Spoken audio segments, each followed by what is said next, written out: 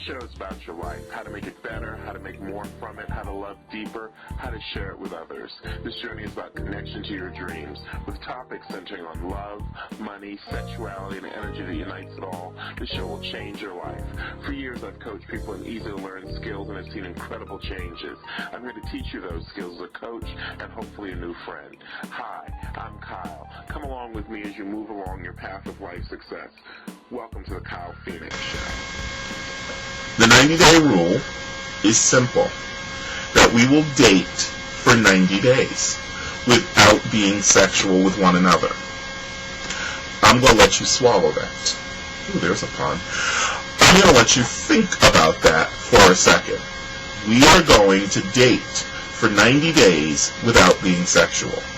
And part of this will come from, and I'll go a little bit deeper into this, I'll let you do a whole video on just a 90-day rule so that you can get this more in depth, because we're actually in the domestic violence one, is that by putting timeline parameters on when you're going to date and the different levels of expectation, then you're able to actually control your feelings, and you're able to see someone else clearly. Part of what happens in relationships, particularly getting into an abusive relationship, is people start in the honeymoon phase. What initially happens with us, even biochemically, is that we're attracted to somebody. We like them, they make us feel good, and then if we're immediately sexual with them, part of what happens is we biochemically bond, because when we're sexual, we actually release oxytocin, which are the chemical that make us bond with one another sexually. But those chemicals wear off. I liked you so much in the beginning, the sex was so hot, and then I got to know you, and the sex got bad. Part of what that time frame is for is it's natural and biological. Nature is trying to, because even though you might be same-sex interested, nature is trying to make sure that we attach to one another chemically long enough to procreate. So, you might be having sex with someone that you physically can't procreate with. That doesn't mean that nature still isn't at work in your genetic systems. So, here we are, we're dating, we're attracted, I like you, you like me, and all of our good parts are saying yes, yes, yes, yes, yes.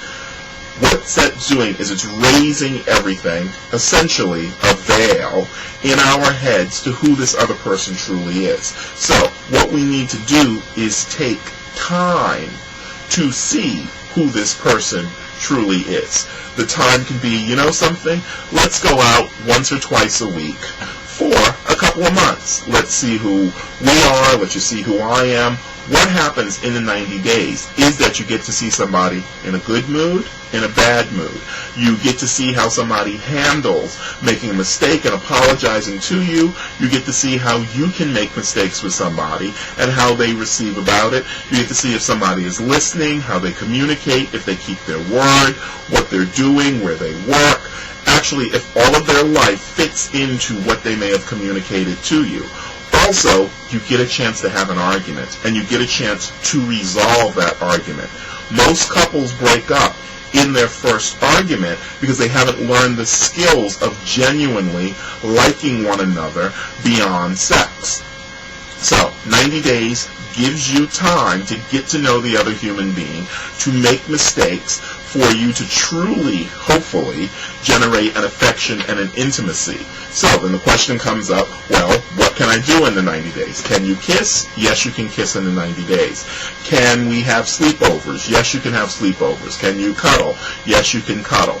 You should essentially look at having non-penetrative and perhaps even non-oral sex. There can be heavy petting and all of that kind of stuff. But also what you're saying in this, and this is very important, particularly with men, and it's something that men don't think about in their relationships or in their relating to other men. Men are taught how to view women in our society sexually.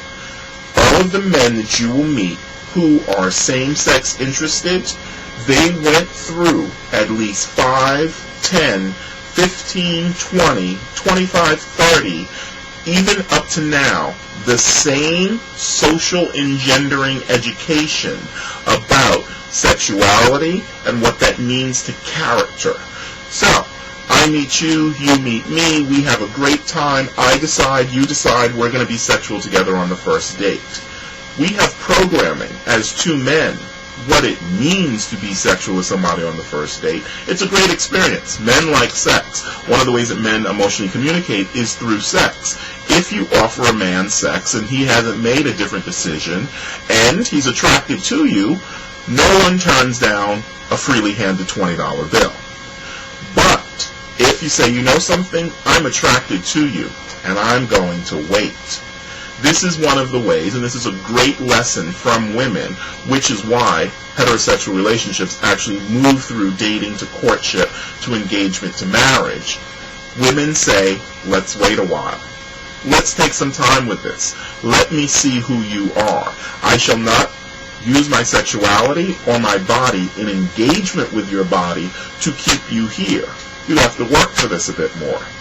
Same-sex men, gay men, homosexual men don't learn the work to actually court someone, to date someone. Hey, I like him. I'm sending him flowers. Valentine's Day is coming up. Sending him candy, remembering his birthday. All of those different kinds of things are actually genuine showing of affection.